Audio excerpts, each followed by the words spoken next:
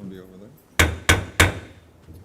Good evening. I'll call to order this evening's meeting of the Joint Conceptual Workshop of the Board of Mayor and Aldermen and the Franklin Planning Commission. This is the meeting of October the 28th, 2021. And before we jump to new business, I want to call out one of our Planning Commission, our Planning Department employees, Amy Diaz-Barriga, who is the Employee of the Quarter. So.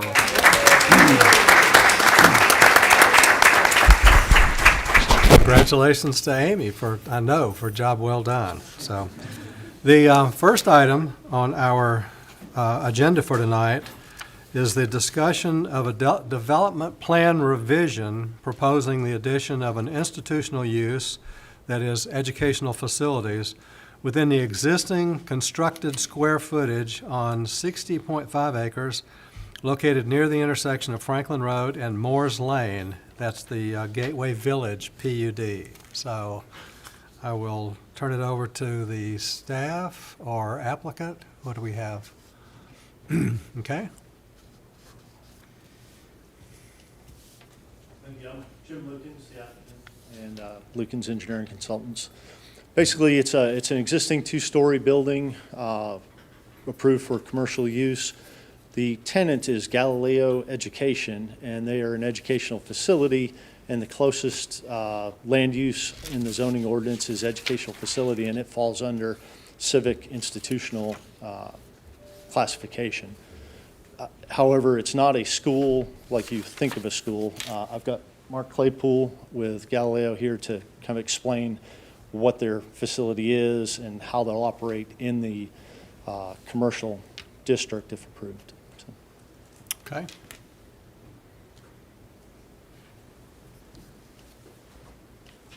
Thank you. I'm Mark Claypool. I'm the CEO of Galileo Education.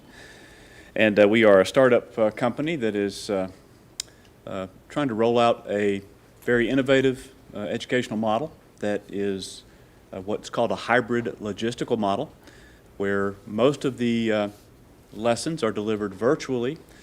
Support is offered in person with highly qualified teachers as tutors and mentors.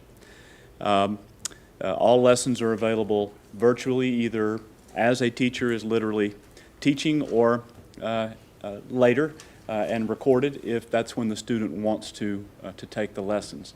The hallmark of the program is complete flexibility for parents and students. It is open year-round. Parents decide what days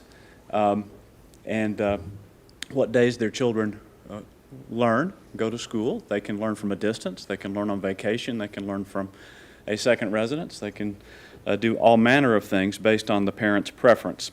It is largely for very bright, self-motivated, technology-oriented students.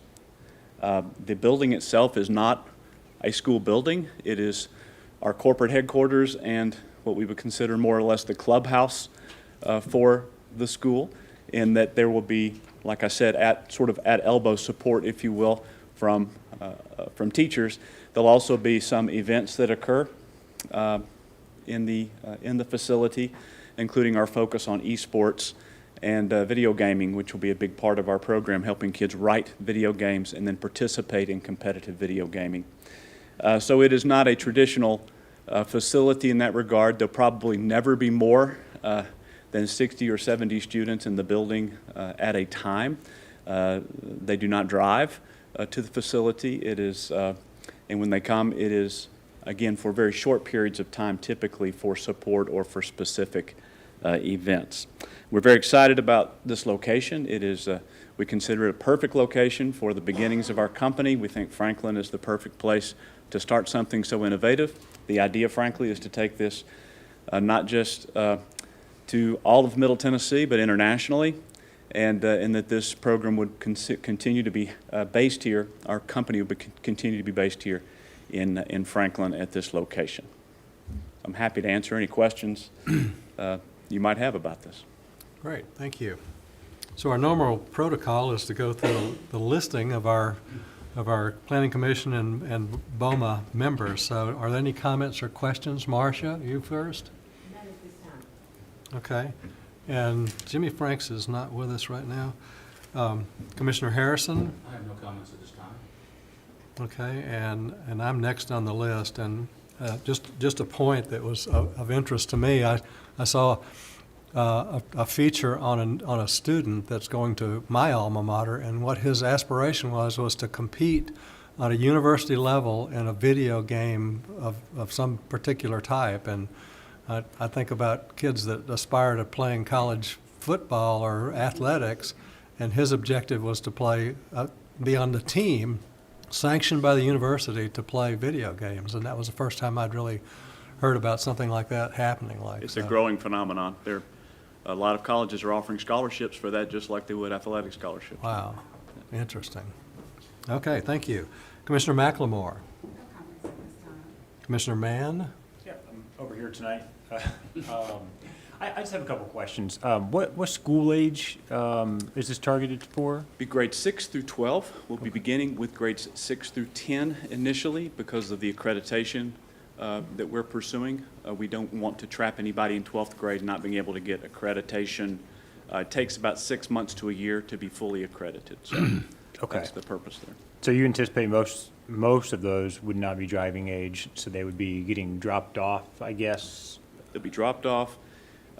That's one thing that's also very attractive about this situation is that parents can drop kids off. Again, it's not every day. It's an occasional drop off for certain activities, but there's so much to do in the development in terms of restaurants, retail, and also the proximity to Cool Springs. It's very attractive for parents in that regard.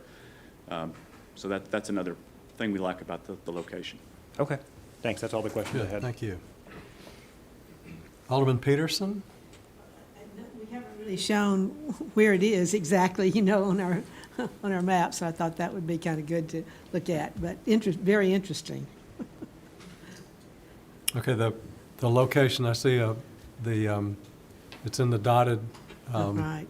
square down adjacent to the corner lot. That's the location of the building? It's between the empty lot right now, it's lot 135, so it's between the corner lot and the only empty lot on the Gateway Village.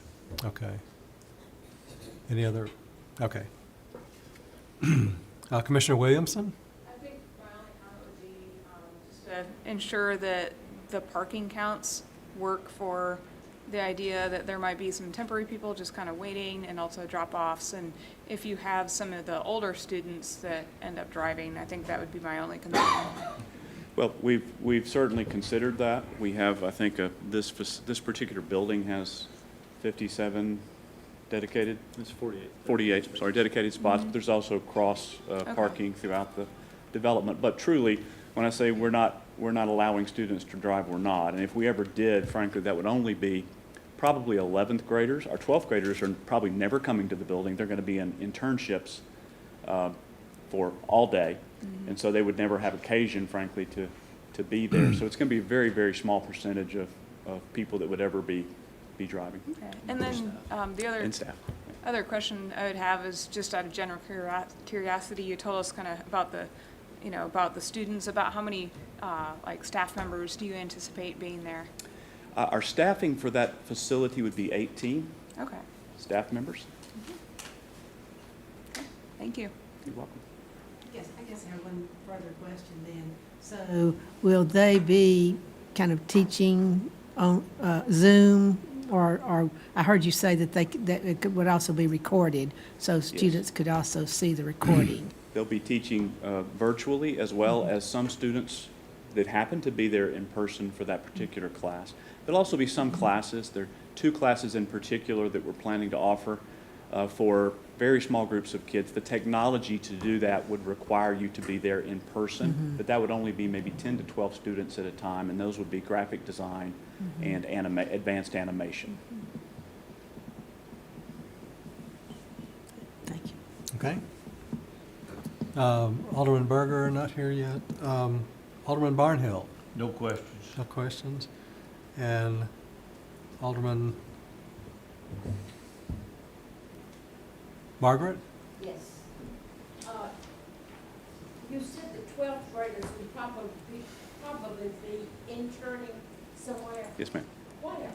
Well, it depends on the track that they're on. We're going to offer internships in very practical, certification-oriented, kind of career-based work, medical billing, graphic design again, marketing, business. And so they would be offering, well, our internships will look a lot like college internships. In fact, the whole program really looks a lot more like a post-secondary program for upper-class people than it does regular school. When you talk about, this is from sixth grade on, would you vary from the traditional curriculum that the children follow in school, like English and math and? Well, we will offer the core subject matter that everyone has to offer to be accredited by the same accrediting body that accredits public schools in Tennessee. But from there, we would be radically different than a traditional school curriculum. Thank you. Okay. Thank you, Alderman Martin. Randy Blanton's not here. Mayor Moore. I'm very disappointed because I'm excluded and can't be there to learn. So, no, I have nothing else. Looks But like we do need a political science teacher, so if you're willing to come over. probably those stories I would have to tell would have to be censored. Okay. Any follow-up questions by anyone? One question, Yes? is the building built? Yes. It is there. Yes. Is it occupied by you? Not yet. It's an empty shell, basically, right now. Just for additional clarity, the development does not include civic institutional uses, which is what education is classified under. So the building is there, they're not requesting any additional square footage, it's just to allow this educational use in the development, and this is a BOMA level approval, so they'll be recommending to the boardman and alderman. Just wondering. No rezoning, just add a use to the entitlements, yes. Yes. All right. Thank you. Yes, Mike? So you're using the building strictly for your home office and educational purposes? Any mass events that would need more than the 48 spaces? No. Okay. Okay. All right. Great. Thank you very much. Thank you.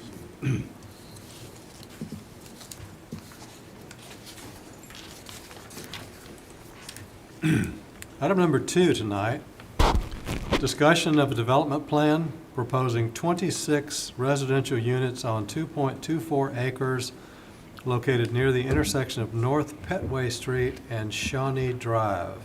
That's the Shawnee PUD. So we have an application or a presentation by the applicant. Thank you very much. My name is Robert James, and I'm here with Daryl James and Jamie Gillespie, and we're with an engineering firm named James Plus Associates. And we're presenting on behalf of the applicant, the Franklin Housing Authority.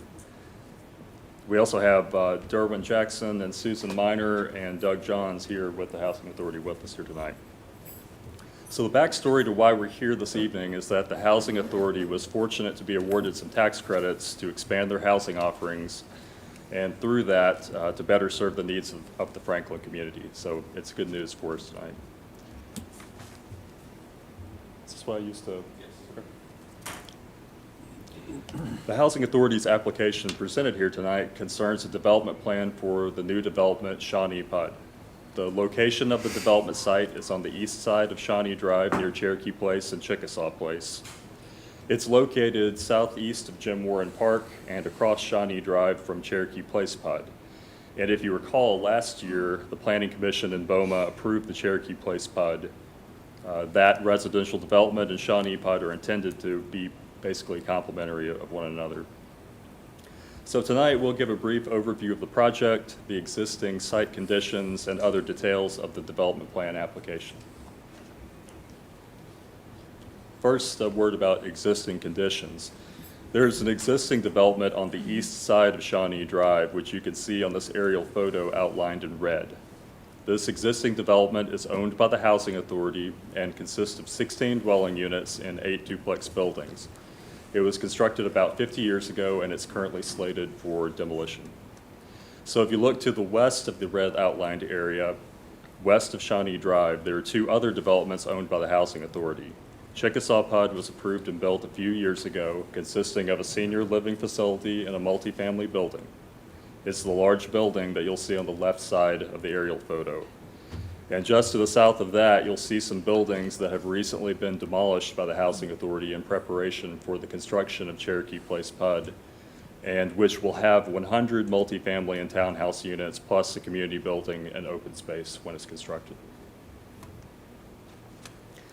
And this is just another drawing showing the existing development on the east side of Shawnee Drive, the same development we just discussed. And we can come back to this slide later if you want to take another closer look at that. So this slide gives an overview of the overall project concept for the new development. The proposed use is residential, and the overall site acreage is 2.24 acres. 26 multifamily and townhouse units in 6 buildings will face Shawnee Drive. This is a net increase of 10 units above the number of units in the existing development on site. The units will range in size from 2 bedrooms to 4 bedrooms. A pocket park and some natural area are located on the south end of the site, and another pocket park is located on the north end of the site. We included this slide to give you a feel for the architectural concept, which is intended to complement the buildings that will be constructed as part of the Cherokee Place development across the street. This particular building has stacked flats of unit sizes 2-bedroom and 3-bedroom. So as part of the development plan application, we are asking for 3 modifications of standards. The first 2 modifications are the same as what was approved last year for the Cherokee Place PUD. Modification of standards number 1 has to do with parking spaces provided.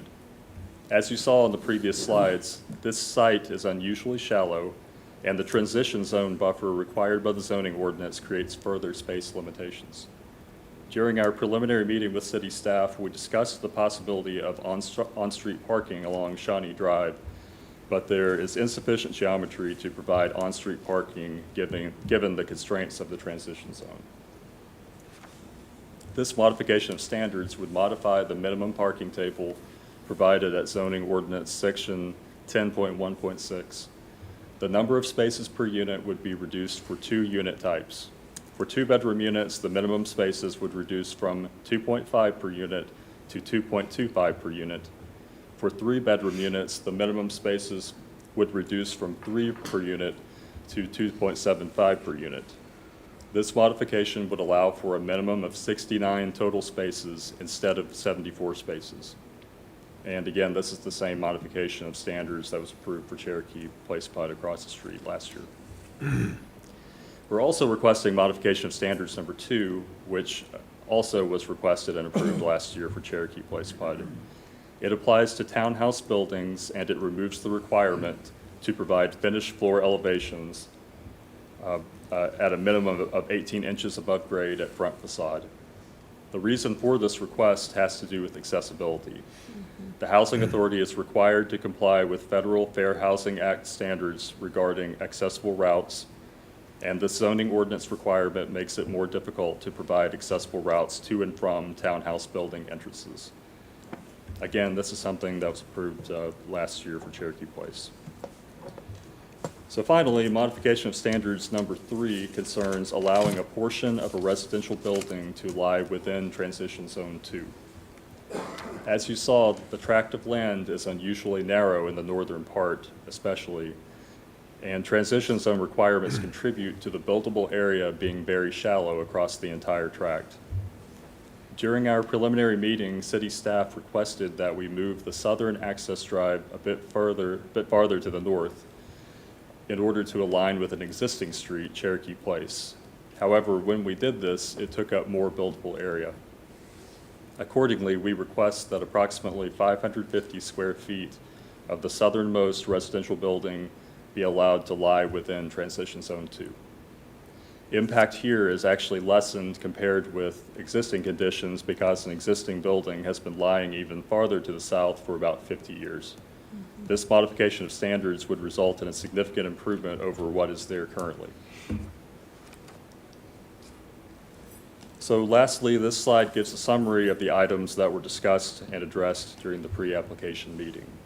And we're happy to discuss any of those if you want to. If there are any questions about our presentation, we'll be glad to answer those. Thank you. Great, thank you. Staff, is there any further comments that staff wishes to make at this point? Nothing additional. Okay. Good. Okay. Commissioner Allen, questions or comments? Well, modification standards 1 and 2, we won't speak to those because we've already covered those in the previous Housing Authority development that came before us. I guess it was last year before. Modification of standard number 3, I would have no problem with it because, as it said, it is an improvement over what is there now. And in the spirit of trying to get this underway and get those residents back, clear this out, update, and get residents back, I would have no problem at all. Like I said, it is an improvement over what is there now, and we've approved a lot more egregious, in my opinion. That's all I have to say. Good, thank you, Commissioner Frakes. Commissioner Harrison? Really no comments other than, I think you have a typo. You'll go from 69 spaces to 74, not the opposite, correct? You're showing a reduction? It's a reduction. That's correct. It would be it'd be 74 Instead of provided under 69. the zoning ordinance, it would be 69 spaces under Okay. the modification standards. I just wanted clarification on that, but thank you. Thank you. And just as follow-up to that, is that when you say we approved that modification last year on the first phase, was it a reduction similar in percentage, or was it the same in numbers, or? Yes, thank you for that clarification. It would be the same, it would be the number, the multiplier in the table. So going from 2.5 to 2.25, for instance, for the 2-bedroom units, it's Okay. the same multiplier. It's the same multiplier. Okay. So you do the math the same way, basically. Sure, okay. And I am positive I asked a question last year about floodplain, especially as it relates to modification of standards number 2, where we're talking about lowering the slab elevation relative to the ground elevation. So I think we're not near any floodplain or anything that would impact floodplain ordinance, freeboard requirements. It doesn't lie within a floodplain. Jamie, I don't know if you have anything you wanted to add along those lines. That's right. It is up above the elevation where we're at. It's Sharp's Branch runs behind there, but the elevation where we're at is up above the floodplain elevation. Great, okay, thank you. No impact. Okay, Commissioner McLemore.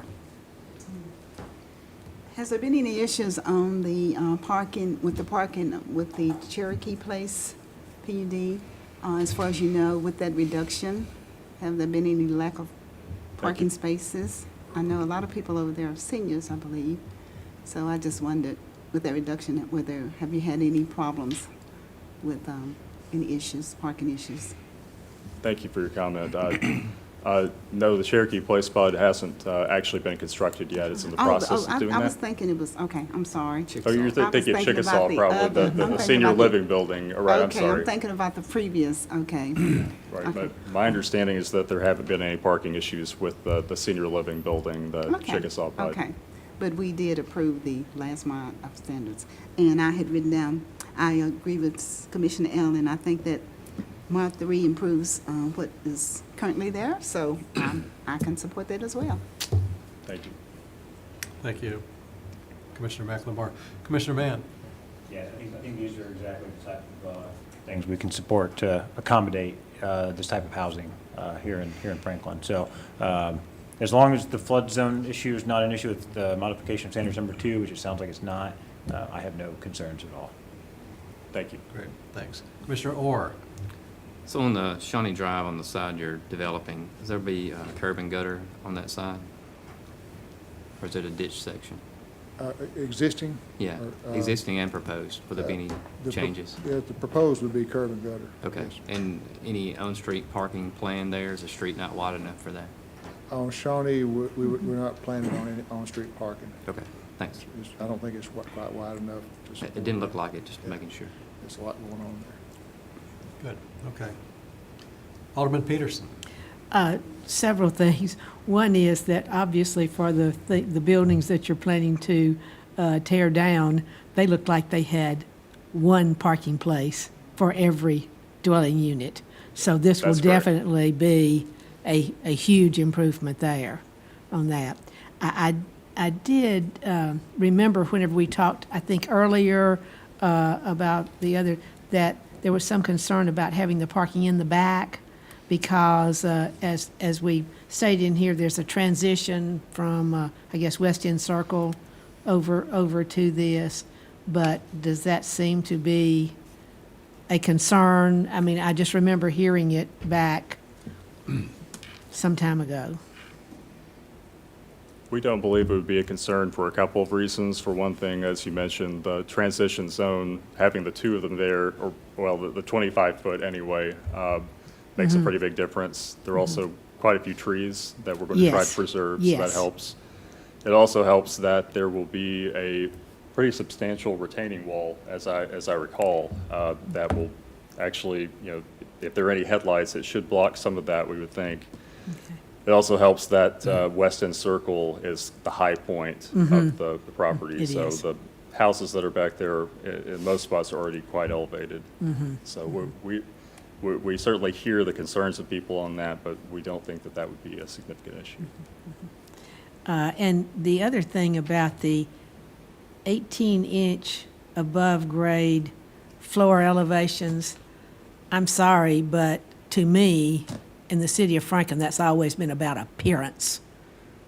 Absolutely. And if you have people that need, you know, that have problems and need an accessible way to get in, really doing what you're talking about is better than having the 18-inch.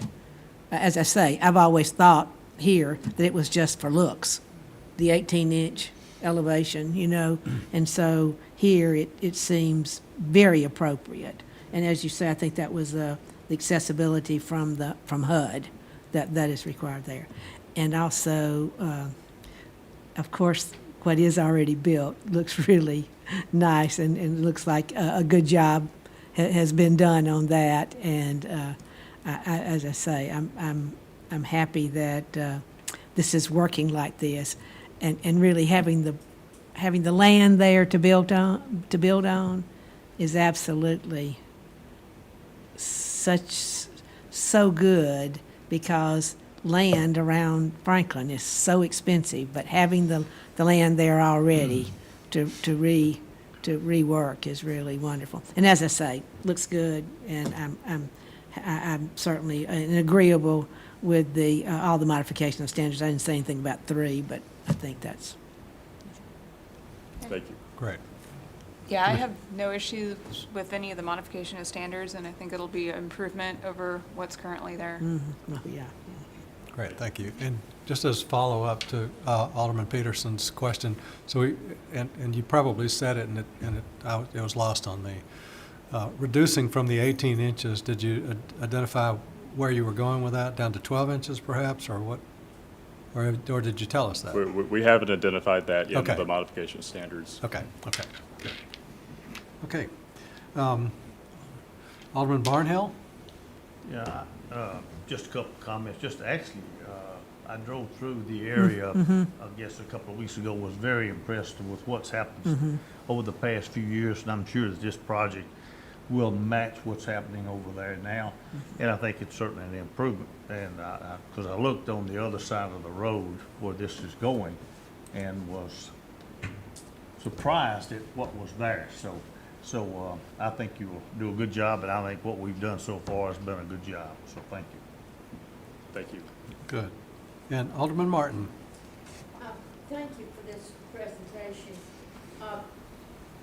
This is a very long strip of project, and it's going to be right smack up on the street, and I would like to know that you are really concentrating on the design, because a project this long is going to really stand out, and I hope the planning department will weigh heavily in on any suggestions you have to improve or certainly enhance what's there, because Yeah. it's very important.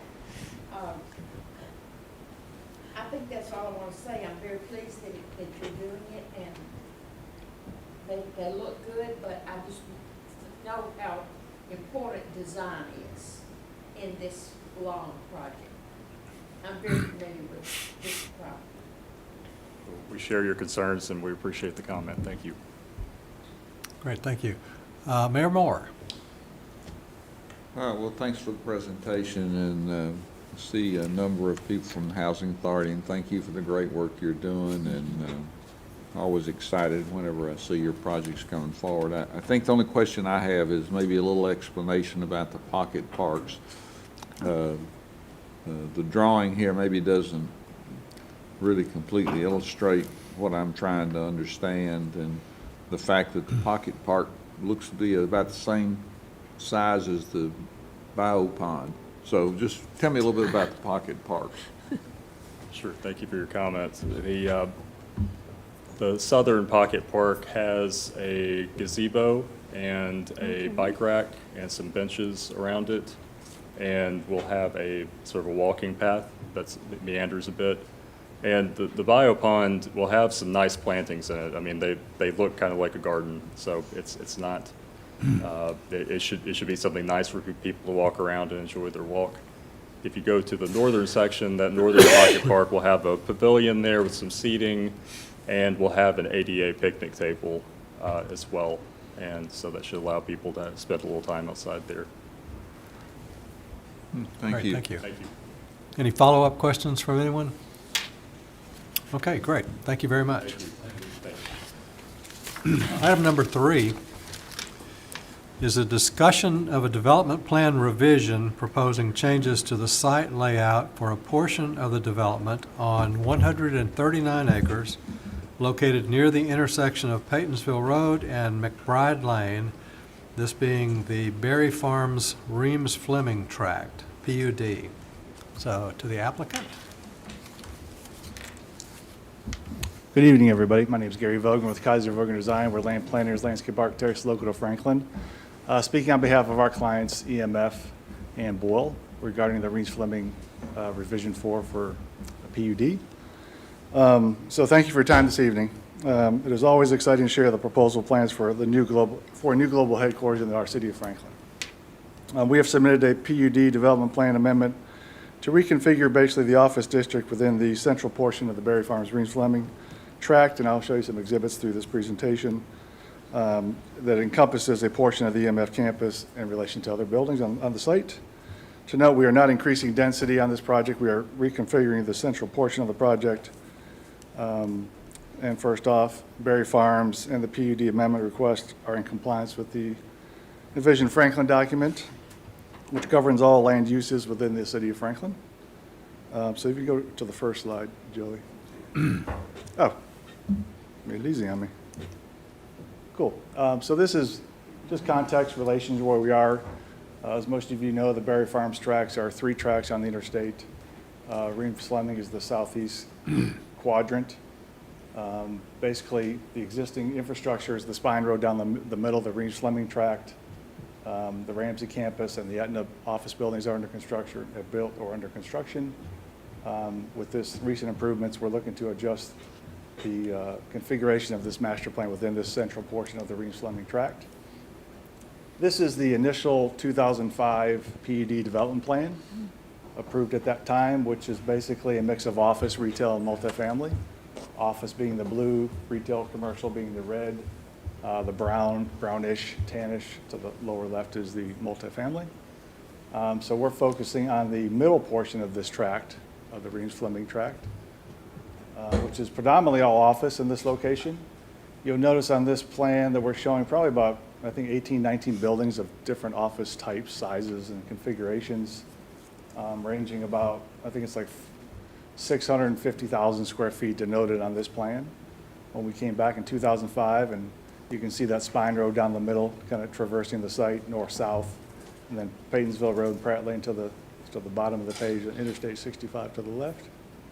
So this is the portion that we're really focusing on in terms of the master plan. This is kind of more the technical sheet that kind of shows what we're trying to do, but again, it's the middle zone there with the dark black line denoting where we're talking about. To the left is basically the Ramsey campus, all office buildings, and the Etna campus to the left. About 2 months ago, we made a plan revision also that moved the multifamily that was further left and moved it towards the northern portion of the Reeves Fleming room, as we call it, but that was done a while back. So we're really focusing on the office portion of the middle section. So this plan kind of illustrates what we're trying to do is really compress all the buildings internally to the roundabout that's constructed on site, and really just bring in 5 buildings as opposed to, I think it's 18 buildings or so of office. Increasing the office a little bit more in this zone, but displacing that with retail in the northern room. So this plan really shows the buildings configured in a 5 to 6 door configuration around the roundabout. 3 buildings that are upper left, right, and bottom right are 6 and 5 story office buildings. The campus to the lower left are the phase 1 and 2 of the EMF campus. That's their tract that they're looking at. In order to accommodate these uses, we just had to reconfigure these buildings, the parking, and office locations. This shows a snapshot of some of the architectural elevations that were part of the package for this PUD submittal, reflecting the campus's identity in terms of what they would like to see in terms of their building character. We're working with the City of Franklin through elevations and things of that type nature to kind of move through the process, so we're working through comments with that. So this is coming off McBride Lane. I'll go back a slide. So McBride Lane is the road off of Paytonsville Road that goes right into the traffic circle. So the office building on the immediate left is going to be this building right here at the corner. So as you're coming up McBride towards the traffic circle, you look to your left, this is the EMF Phase 1 building campus, 6 stories, 150,000 square feet. Traversing a little bit further down, you'll start to see the roundabout in the background, and then the 3 other buildings around the circle that are future office buildings as part of the Boyle master plan development. Kind of traversed into the traffic circle itself and showing the 4 buildings around the campus, ranging from 4 to 5 to 6 stories. And again, the overall master plan, just denoting what we're trying to accomplish on this division, or revision 4 for Reeves Fleming campus. That's all at the end of my presentation, so I'm happy to answer any questions you have, and thank you for your time. Great, thank you. Staff, yes, Amy, please. Yeah, I just wanted to bring to the panel's attention that I know Gary mentioned that they feel that it meets all the intents of Envision Franklin. Staff has a slightly different take on that. So it's something that we wanted to bring to your attention. As the plan develops, we'll see how it changes. But one of the intents of Envision Franklin is that parking is shielded and hidden, and that there's active pedestrian interaction along the streets. And so the previous plan did, in staff's opinion, a better job of that, where you had, granted, yes, you had more buildings. Correct. Smaller scale, but that parking was hidden. It was behind buildings. While it was still surface, it was behind. This plan, as you can see, has more exposed parking, and at the intersection of McBride Lane and Paytonsville Road, which is one of the entrances into this development. I can point. You guys can't see, I'm sorry. I don't want to walk all the way back there. So in that sense, staff, thinks that the previous plan did a better job at meeting the goals of Envision Franklin. It also has a parking structure along Pratt Lane. So again, that presentation to people as they come to this development is parking, not necessarily buildings and places to interact. Anything else I left off? I don't think so. But I'm happy to answer any questions if you have further questions on that. Great, thank you. Commissioner Allen.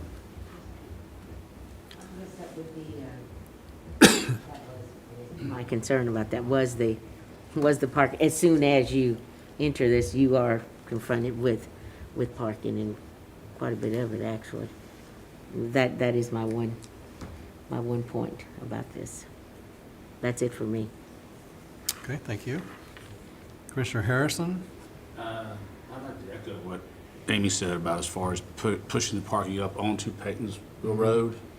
That's going to create people leaving on Paytonsville Road. They're not, you mentioned beforehand that they would use the roundabout to get up through to Goose Creek. This is going to dump cars right onto Paytonsville Road, which we've already got road problems there. Well, how do y'all plan to address that? Because the Ramsey cars coming up through there every day are creating accidents on a daily basis. Yeah, that's a great question, Scott, because what I'd like to also bring up, we have McBride Lane, which is built, Greens Fleming, which is built. The discussion was, we want to have that east-west connector, which is a little bit further south on the plan towards the creek, so to speak. So that's another east-west connection that was similar that was on the previous PUD plan. So we have that east-west connector a little bit south of McBride Lane, so that's another filter. And then an access point along Paytonsville Road and McBride Lane. So giving you multiple access points, very similar to the approved concept plan. And I think Adam mentioned before when we talked about, well, that was up on the, this came up before, y'all do have plans to improve Paytonsville Road, is that correct? Correct. Yeah. That's kind of the overarching global infrastructure as part of the Berry Farms redevelopment. Yes. Yep. Thank you. But just to add to that, I mean, the key that we'd really like to, as we've talked about, the key is to focus the buildings on the roundabout. That is the special place. I guess if that question applies to this tract, it also, you're thinking on the other side also of McBride Lane to the north, potentially, in addition to that. And I know we've had previous conversations before this about this layout, but we'll work with staff as we kind of work through this stuff. Thanks, Gary. Thanks, Scott. And so relative to traffic patterns, what is the primary route in and out of the Ramsey facility right now? I mean, really, it's, the Spine Road is the most logical choice, getting into the development, into the site.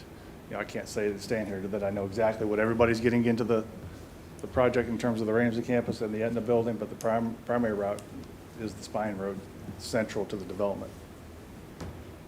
If I may, That's the Reeves Fleming Boulevard, that's right, in the center of the site. Traverses from north to south. So people presently that are driving to the Ramsey campus come all the way through the middle of the Correct. site then, around That's the what the roundabout? infrastructure was built for, yes, sir. Right, okay. A lot of the calls that I receive is coming up Paytonsville Road. Yeah, I'm sure there's a mix of coming through there as all this starts to develop out. So it looks like, when I look back at the first one or two slides, there was a lot of parking on the site anyway. Yeah, this is the The approved difference is plan. that it's more hidden behind buildings in the early, in that, yeah. Correct. You can see the four clustered of buildings in the central roundabout on this plan. You'll see two office buildings closer to Paytonsville Road as you come on McBride. That McBride is the road going right into the center of the traffic circle. So, but yeah, there's season parking. This is office campus, so that is the intent, to have that parking as needed based on the parking rate. And this is all single level, ground level parking? Yeah, or some phase other- one is all surface parking. If they ever, we're showing a phase two building on this campus, which is the most furthest south building along Right. Fleming Boulevard, that one right there, thanks, Joey. That is a phase two building and maybe a future parking deck, if they decide to do that. We've shown that in the development plan, may or may not happen, depending how it goes, but for sure, it'd be the first phase would be the building right at the corner of the roundabout and the surface parking for that structure. Okay.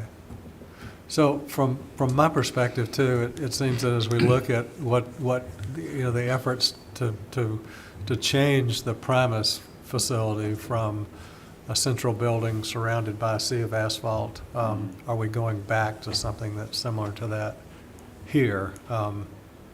And is there, should that be a consideration in the way we look at this? I don't. Yeah. Yeah, we tried, the intent was really to focus on the roundabout, because that is the heart of this Right. deal. And if we were to wrap the building all the way across and across McBride Lane, that's just a massive footprint for a 150,000 square foot building. I think it's better focused and served to be at the roundabout and the prominence where it needs to be. And we can screen and do the landscaping that's required by the city of Franklin, the street trees, the whole edge of McBride, and how we treat that. And one of the unique things about where the parking is on McBride, that parking is lower than the road and Paytonsville Road.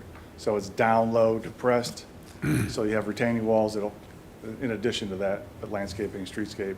We just want to create a positive edge as you come into the development, as always on all Berry Farms projects. Okay, But the architecture is going to be very strong at this intersection and corner. okay. Commissioner McLemore.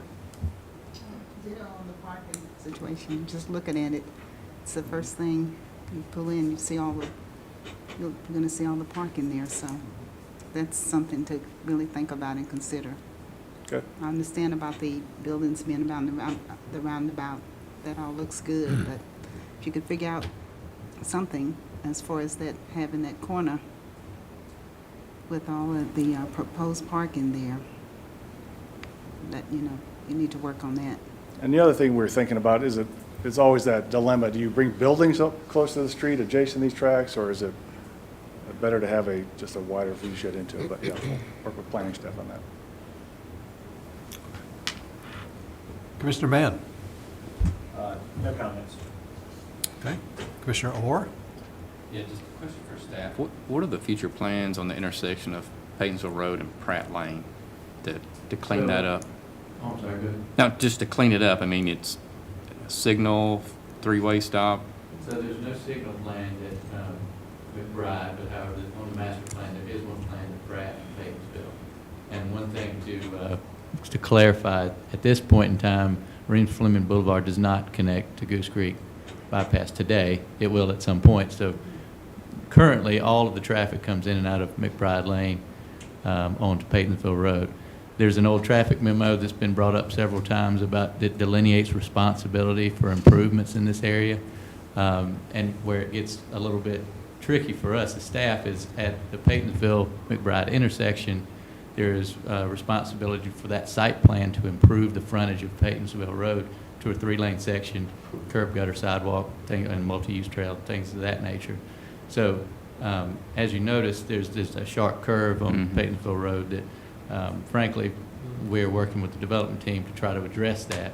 So more to come as we move forward. They're not adding any more density, and some of those entitlements and those conditions are already set, but we do recognize the need for improvements there, and hopefully we can come to a amicable solution that really works for everyone. Because right now it's essentially a one-way in, one-way out, because the Pratt Lane being so narrow and the vertical curves being really unsafe for a lot of additional traffic. There is none of the traffic can spill onto that today. So we're really focusing our efforts on what can be done on Paytonsville and McBride, and then as development continues to go north, we'll see more connectivity, which will only improve the situation. At some point, it'll be, if you're at the south end of the development, who can get to the interstate first, whether I go up Pratt or try to cut through the whole development. So That's correct. definitely needs to be some improvements there before it's built out for sure. Good point. Good. Okay. Alderman Peterson. Okay. Alderman, Commissioner Williamson. Yeah, I think, yeah, a little concerned about the parking, especially being so close to all the roads. I guess a question for staff is, as far as creating more of a buffer, what are kind of different methods of, that could be used maybe instead of just, instead of like, say, buildings, or like heavier landscape buffers an option, or? I mean, we don't have that in the ordinance as a buffer per se. I mean, parking lots have to have perimeter screening, but we don't suggest buffering between the street and the parking because we want it to be pushed behind. Okay. I think one thing they could do is perhaps move the parking from where it's in line with the building to behind that facade. That, reduces the impact. That phase 2 office, it's just labeled office here, but that one, could that have been pulled closer to where McBride and Paytonsville Road connect to have sort of that strong building presence there? Because as you go to the south or the left of the page, you're sort of kind of moving away from development. So, So it sounds like it's more like a configuration and how it's placed on the site is probably the primary thing. Yes, the goal is to minimize the impact of parking as much as possible. Okay, thank you. May I add to that? Just a question, Sure. thought. Sure. The beauty, I think, of this site that EMF was gravitated to in this location was the existing stream location adjacent to the south. What they loved about the site was the office buildings overlooking that element, the green space, the corridor, the stream itself, the green space, as opposed to the buildings being on the road and next to parking. So there's that, there's that dilemma. Do you want to be on the roadside with your tenants or looking out into the green space? And that's why the office buildings are located internally along Stream Fleming and towards the open space and the parking, as opposed to pushing them up towards McBride. But just is one of the things we've been thinking about as we animate the space between the parking and the building, and then all the open space to the south of the trail and the stream and all that element that just really ties the buildings all together, as opposed to pushing everything up to the street.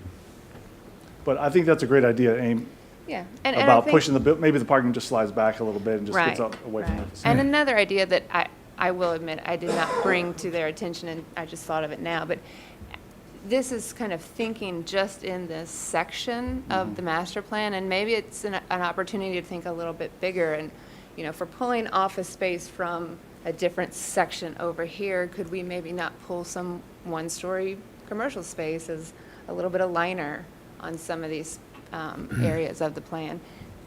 It might not, I mean, that's a little too late now, but just, you know, as you Yep. think about it a little bit more holistically, you could think about the goals of Envision Franklin and how to meet them as much as possible. Right. And it seems like when I look at that the first or second slide, that there's a lot more constriction against the creek and Yeah. the green feature, and this modification seems to add a lot more space to that green zone across there, and it should be capitalized on. The you know, green space with this the- office building, is that what am I understanding you correctly? The green space is expanded, Yeah, maybe definitely. compared to the Yes, early. it is significantly expanded in terms of, it's just, you can see it's less buildings on a site. Right. It just opens things up. It allows you to capitalize on the use of that space as Yeah. a buffer and for water quality purposes, Yeah, but also that a was, that's a feature. great point. Yeah, good, okay. Alderman Barnhill, No comments this time. okay, and Alderman Martin, No comment. okay. Mayor Moore, Sure, I think my first reaction was the parking. I said, whoa. But as I visualize, having been out there a number of times and driving down that McBride Lane and having those buildings kind of up in proximity to that roundabout, I can visualize that's going to be a nice effect. Yeah. I like the fact that there is more green there, so it's only comments I have. Thank you, Mayor. great, thank you, Mayor. Any follow-up comments or anything else? Good comment there about Okay. having, Right. Good, thank you, Gary. Thank you all, appreciate it.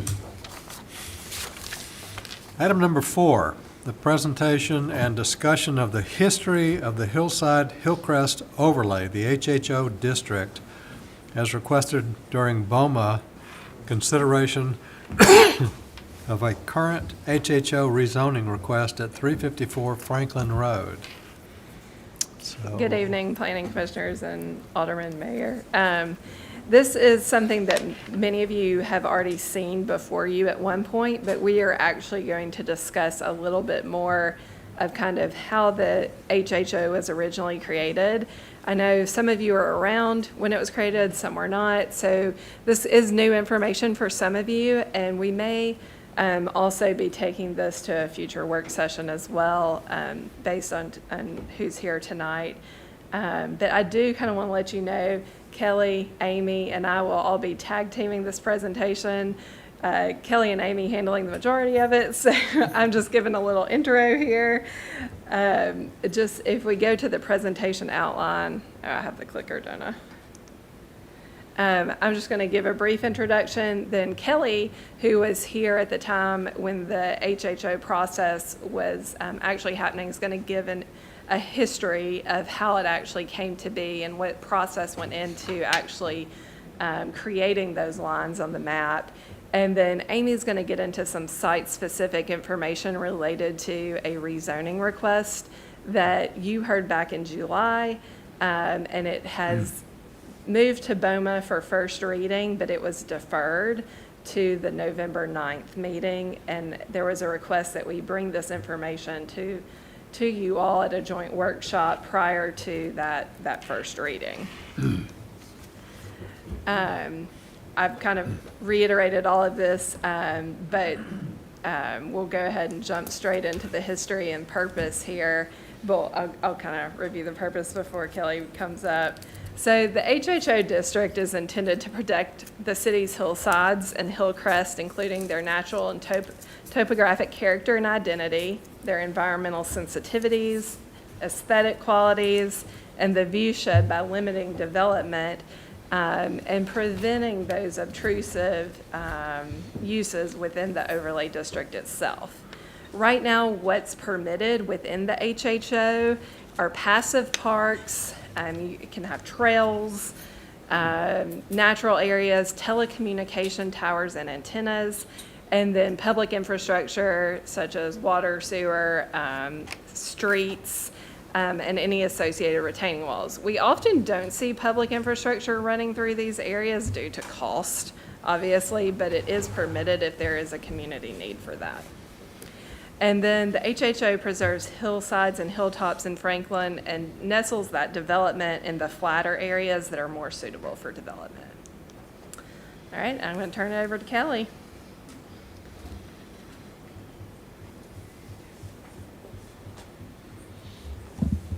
Thank you. This is a bit of a fun trip down memory lane because it was a really good process and study that was conducted back in the mid-2000s. In 2005, the BOMA authorized the formation of the Land Conservation and Stewardship Task Force. And the task force was formed in response to community concerns about the conservation of natural resources given development pressures at the time.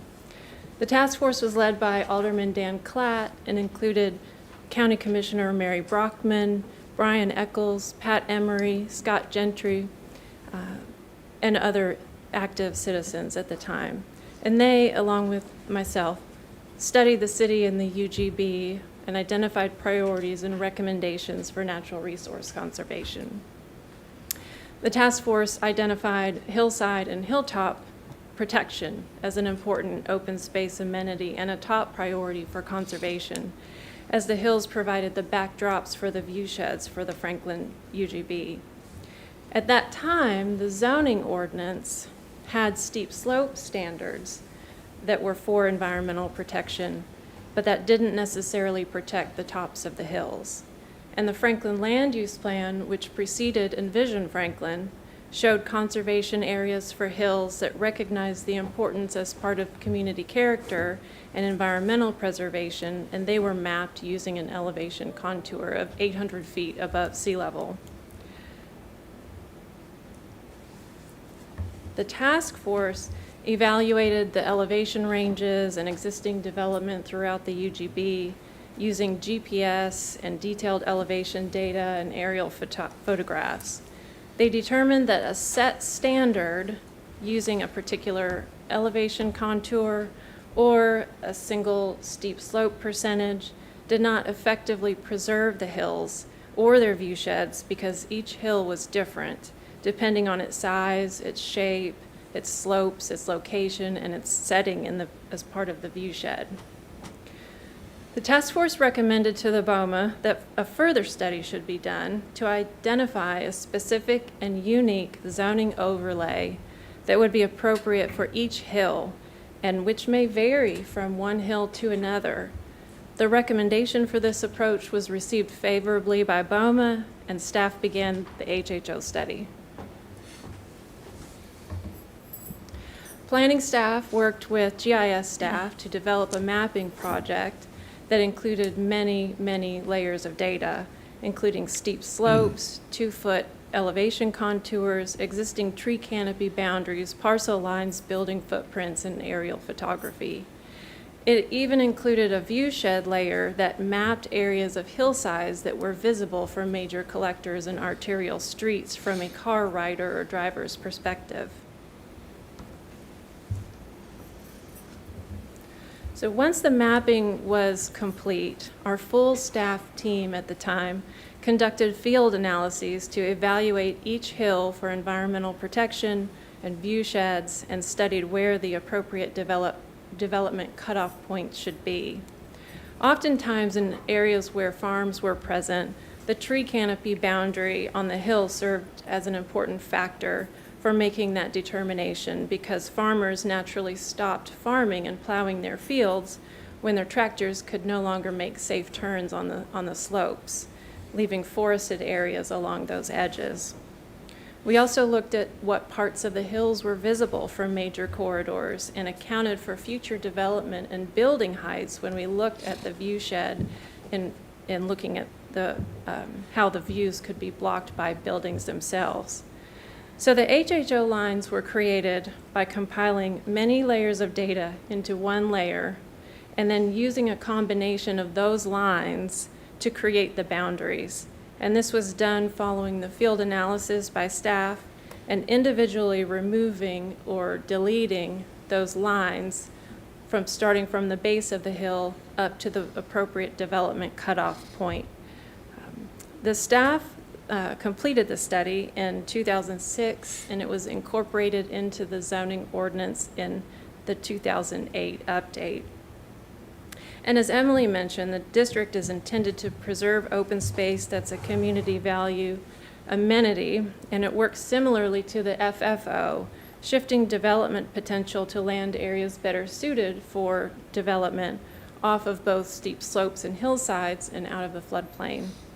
Overall, staff believes it has successfully preserved hillsides and hilltops in Franklin as development is shifted toward more appropriate and more suitable locations for development. Staff looked at the area along Franklin Road and Roper's Knob carefully, as Roper's Knob has the highest level of federal historical designation as a National Historic Landmark, and it's the left hill on the image that you see on the screen. You can also see where Cool Springs Boulevard terminates into Mac Hatcher Parkway there. And that was taken in 2006 as part of the study. The task force identified 2 areas in the entire UGB as most critical for conservation, and the Franklin Road corridor was one of them. And staff took their recommendations into consideration when determining the placement of the HHO on the property being discussed currently. As part of that methodology, staff did not draw any new lines, only used lines that existed as part of the combination of data layers that I mentioned earlier. And since we didn't create new lines needed to be used that already existed, either the 2-foot contours, the tree canopy, the steep slope areas, or parcel lines. And to capture the northwest portion of the hill along Franklin Road, the elevation contour was used that did bisect the part of the existing barn at the time on the Franklin Road side and then traveled southward from there. So the property, and you can see part of it from this aerial image, that's being considered for rezoning to remove part of the HHO. At the BOMA meeting, some of the BOMA members had questions about why the line was where it was, and that's because some of them went to see the site and visit the site and looked at the land itself. And so staff thought it would be valuable to provide a little bit of history to show that it has changed over time since the HHO study was completed. So here's an image shown in 2006 and 2010 that shows the Mac Hatcher curve and Cool Springs Boulevard terminating into it. Sometime between that time, an existing driveway cut on Mac Hatcher for this property between Franklin Road and Cool Springs Boulevard was required to be moved to line up with the Cool Springs Boulevard entrance with upgrades that met engineering standards. And you can see that intersection there with the red star. And grading and tree removal further along the hillside occurred as part of that, so the driveway could continue around to the Franklin Road side of the property. And you can see that with the green arrow there.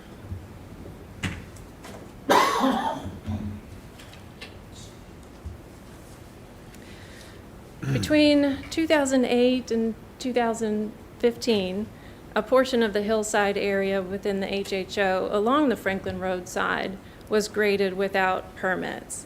And I'll toggle back and forth between the aerials from 2006 and 2015, and it'll show a large barn that was added onto with that purple star, and a large berm where there was some grading for what looks like a football field with where the blue star is, and then grading and tree removal on up the hill a little bit with the driveway that came through. So I'll go back and forth a little bit to show that.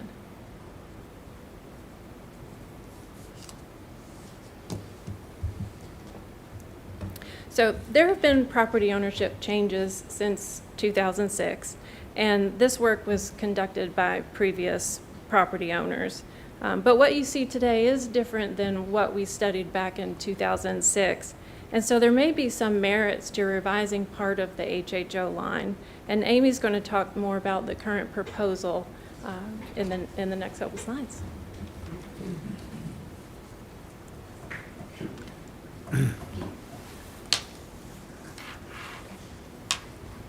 Okay, so what you see here, the purple is the current HHO line as it's in the ordinance today, and then the green line is the applicant's proposal that went to Planning Commission for a vote and went to first reading at BOMA.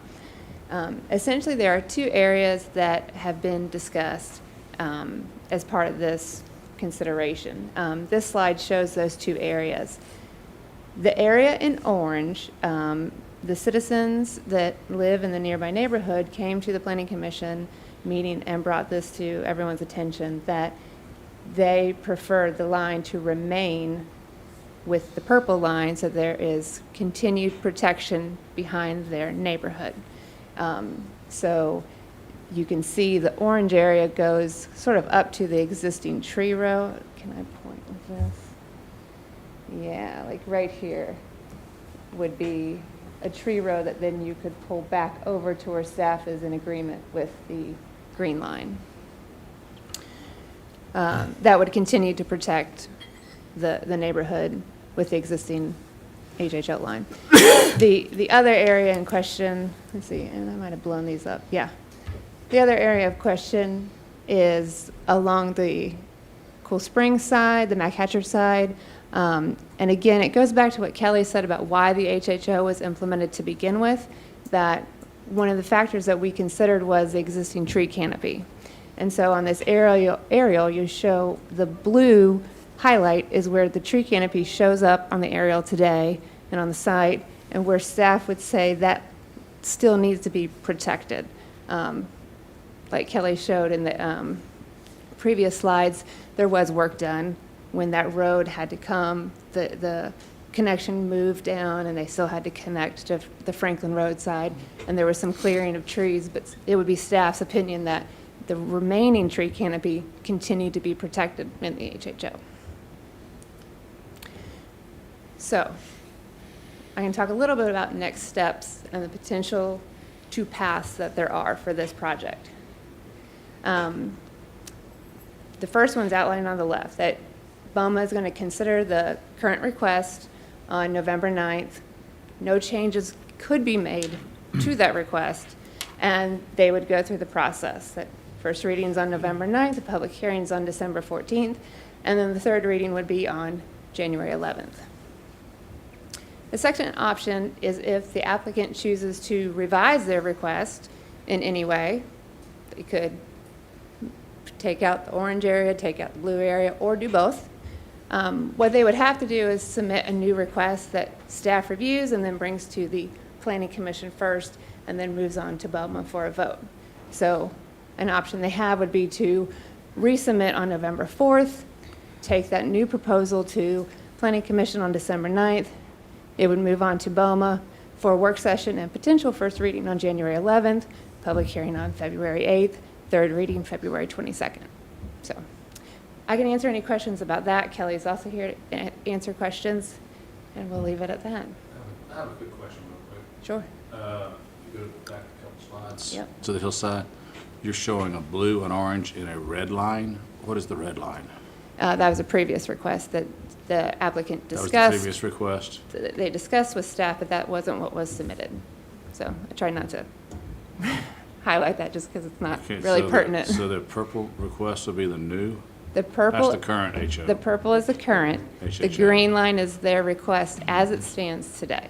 As it stands today, and the red is gone. Red is something different. Don't worry about it. That clears it up. Thank you. Yeah. I have a major question. Okay. Why are we here listening to this presentation? None of us, I think, did we seem any confused at all when we unanimously turned this down? We sat here for almost 2 hours with residents making a presentation and turned this down. It went to the Board of Mayor and Aldermen. Well, obviously, they did not make a decision. They requested this information. There's one alderman here. There's one there. There was one who could not vote. They're not here. Why wasn't this information? They had they obviously didn't understand it, I guess. Why wasn't this just sent to them? Why are we sitting here listening? Unless the applicant has made a change, we didn't request that. I don't understand why we are here. If I could say one thing, it seems to me that there were a number of people on the Board of Mayor and Aldermen who wanted to know, how did you come up with the HHO as it exists? Because originally it was just I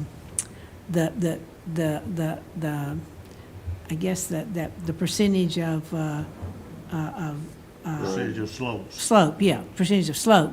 But then we did hear the story about people just driving around and looking and saying, "Oh, this needs to be in it." Okay, well, I So that's the understand that, reason. Ann, That's but the Ann, reason that they've been Part asked. of- not here, I Ann. think part of, This could have been sent to them. They're not here. We're sitting here listening to this, and then she said we may have another work session on this. There wasn't any confusion about us. We rejected it. You guys had a chance to do that. I'm just saying, I don't understand what this is all about because the applicant has not submitted anything for us to reconsider, and we're listening to this. That's my concern. well, I think, just if I This can is address joint. one thing real quick, is part of it is in BOMA's review right now. But there is a chance that the applicant may revise the request and come back. But ultimately, we do have a lot of new planning commissioners as well since the original 2008 zoning ordinance was adopted. We have not covered this information in a long time, and we thought there might be some interest in the whole group hearing it. But the Board of Mayor and Aldermen did request that this come back to a joint workshop, and so we did do that as well.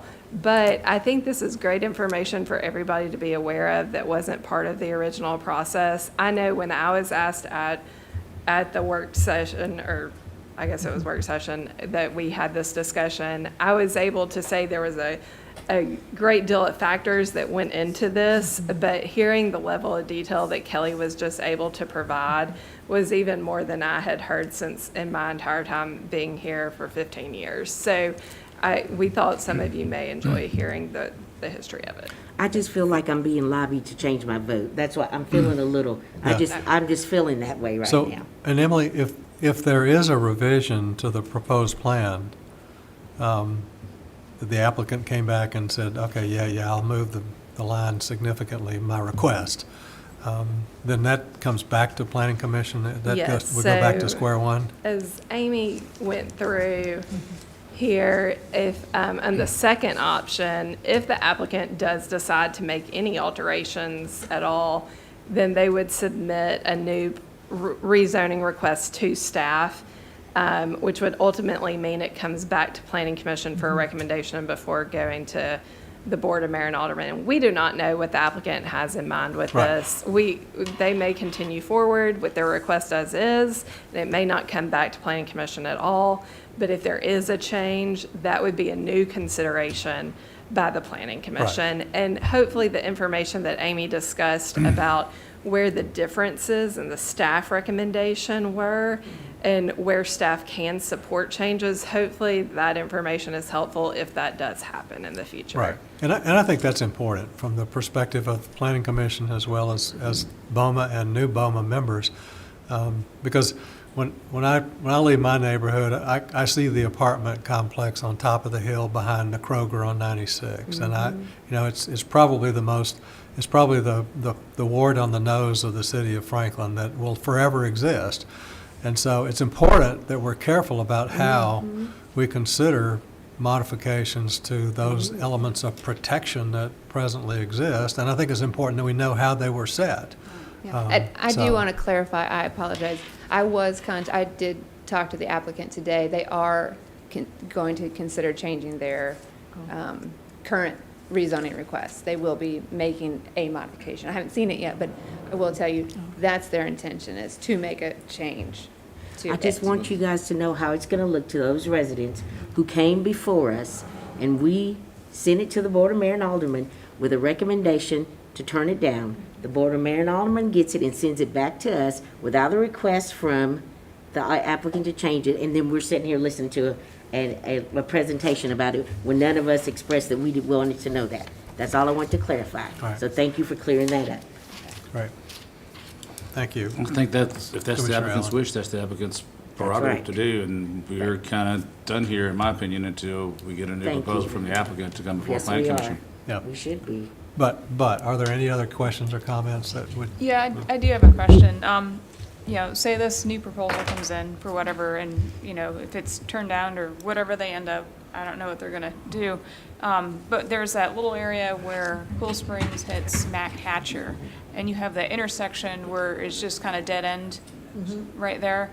If for any reason, if like the applicant, in the new proposal, it looks like, I don't have the auto turn software, but it looks like they wouldn't ever be able to connect that road with anything because it would go in the hillside overlay. If they're not able to use that or connect to that point, would that be removed, or would it just be forever there, kind of a traffic light that doesn't go anywhere? I don't think we can answer that, unfortunately, at this time, until we have a plan that shows what is going to be built on the site. We'd have to analyze it at that time, and engineering would have to make recommendations and provide guidance based on what the use and the scope of the use would be. And according to street standards, obviously, like you mentioned, it may not be Might not work. a feasible Yeah. access point. And if it's not, we'll have to look at alternatives at that time. I don't think any of us are prepared to go through the alternatives No, right that now. makes sense. Yeah. Right. Yeah. Okay. And One more the- comment. Alderman. That connection there is approved by TDOT. Yeah. The city of Yeah, Franklin TDOT really didn't. TDOT demanded that. That was a I mean, condition the of, yeah, Tennessee Department of Transportation, and a long, long, long time ago, owners that were out in that area, and Clyde and I may remember, got TDOT to give them an access. Right. And one more thing, as I mentioned, there are some permitted encroachments into the HHO, and public infrastructure is one of those permitted encroachments. So even though the HHO line, may be included in this, if it is needed for a public street and a public connection, it could actually go into the HHO if it works with the grading and everything that can be permitted through our engineering department. Yeah, that's a very good point of clarification. Thank you. Yeah, you can clip it if So we need do to. we Okay. know who did that, who put the barn and did all that grading that was supposed to do that? Do we know who did all that? Yeah, I remember who the landowner was back Yeah. then, and I it was done. do not. I don't want to Oh, answer they that don't- question. they don't have a whole- They don't own it anymore. Okay. Yeah, I have a few questions. I want to make sure I understand the history. I actually very much appreciate this presentation. I thought it was very helpful. We can argue about the timing of it, but I appreciate it. So it sounds like the way this was constructed, the HHO for this particular piece of property, there were a number of lines drawn based on slope, based on tree coverage, et cetera. And then of those lines, one of them was selected based on a number of factors. And that, so help me understand that was that same line, let's just say it was the slope line, I don't know which line it was, but if it was the slope line, that slope line went all the way around and that's the line that was selected? Or was it slope on one side and tree coverage on another side? Or a blend? That's a great question. This was a really long time ago now. So I remember the part in the northwest that those were contour lines. I don't recall what lines were used, but it kind of looks like contour lines to me. But that was part of what we had to look at, was all of those factors that went into each hill, and they were all different.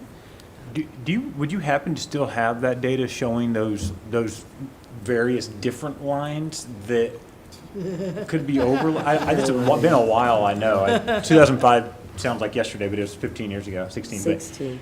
But I guess I'm just wondering if we look at it again, anytime that there's a request for a change, anytime, we can look at which line is appropriate again. That's a great question, and we have the data today.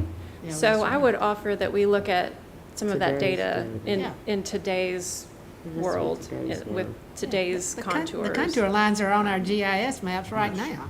Yeah. You can look at, you can look at you can go on to the zoning and go on to, and put contours on there today, right now. But in Yeah. '05, it's probably 10-foot contour. Maybe, Yeah. well, they've got, you can do all the way up to 2 foot now. Yeah, so, and I guess my point is that every time we see a request for a change, looking at it, now knowing that it was kind of, I'm not gonna say arbitrary, because there were a number of factors that went into it, but it was subjectively identified as a particular line within a set of lines. If we picked a different line based on what it looks like today, would that be different, and would the revision be appropriate along a different line? I guess is how we could look at it. You could look at it like that, and any rezoning decision is looked at by this body, and that recommendation is then provided to the Board of Mayor and Aldermen, who eventually decide on that rezoning, on whether or not it fits our long-range plans, et cetera. And I think that just looking at this aerial and kind of these orange and blue areas is a good illustration of how things have changed since the point in time when this was created. And you can see by looking at, the purple line's what we have today, right? Purple. Okay, keep it straight too.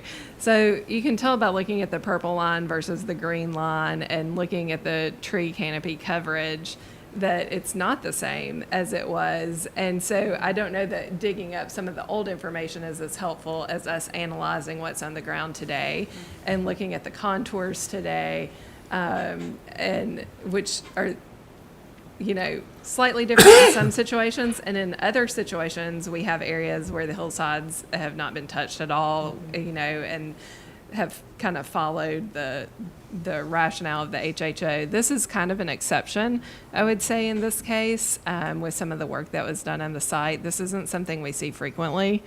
But, as we've gone through this analysis process, by looking at the blue and orange areas, staff has been able to provide kind of some guidance, which is hopefully helpful. But, I think what you're asking is very valid, and I think we can look at that and provide that to you if rezoning requests come about. But because the HHO has been such an effective tool over time, I wouldn't necessarily want to pull all the data and relook at it, because that would be such a huge undertaking. But maybe on a case-by-case basis, if we had a rezoning request, then we can bring that to you at that time. Yeah, absolutely. I'm not asking for us to lock at every single HHO and, Good, 'cause and we don't have the see staff if it's to do still it either. going to work. No, just on a case by case. But I'm just trying to find a baseline to look at those from an objective standpoint. So. Okay. Anything else? Any other questions? I'm sorry. And Sure, good news and bad news, Marcia. We've got 4 new board members, so you may hear it again. I think your comments are greatly appreciated and reflect some of my frustration that we haven't had as good a board presentation as presence as we should have, and hopefully we can work on that and improve on that.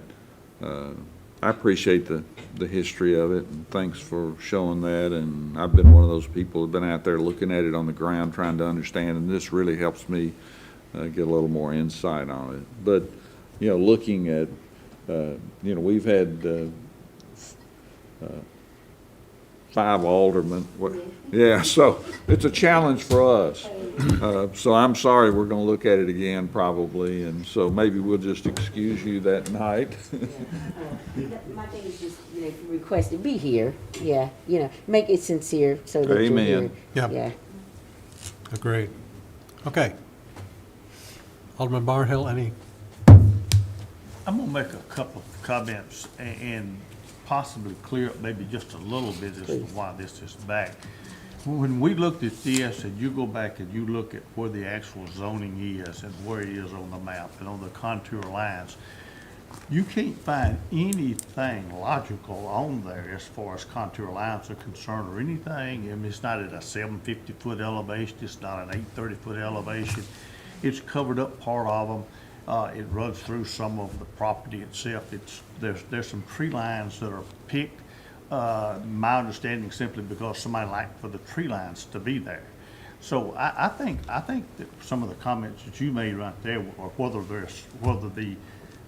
it was subjective or whatever, probably was some of the reasons that it was at the board level, and probably some confusion on the board, and Ann is shaking her head saying the same thing. But if you go back and you pull up your GPS lines, pull up on the zoning map, you won't find anything on that GPS map, I don't think, that you could justify where the zoning is. But you've also got, so don't altogether go by that. Go by the 14-foot slope. You can't build on a 14-foot slope or a 20-foot slope. So you've got that in there. You've got some tree line issues in there. So it's not, there's nothing there when you go out and look at the property that tells you why it's 40 feet off of the tree line here and there's nothing but a grass field there, and, or whatever. So I'm sure that's the reason the applicant came to us, and I, along with the mayor, I have to admit that I was probably one of the ones that was addressed as having been out there, but I have been out there and I have looked at it. But I think that's probably some of the reasons that we, the board, looked at it from the reason we looked at it. And if you go back to the board level, you would have only found one board member on the board in probably around 2005 anyways, when this was looked at and passed and discussed. So was the additional information we were being asked to look at and look at this right here. But I think your comments are, I think they're pretty doggone close to where the board was looking at. Great, thank you. Is there any other business that we need to hear before this group tonight? If not, then we are adjourned. So the first thing I thought,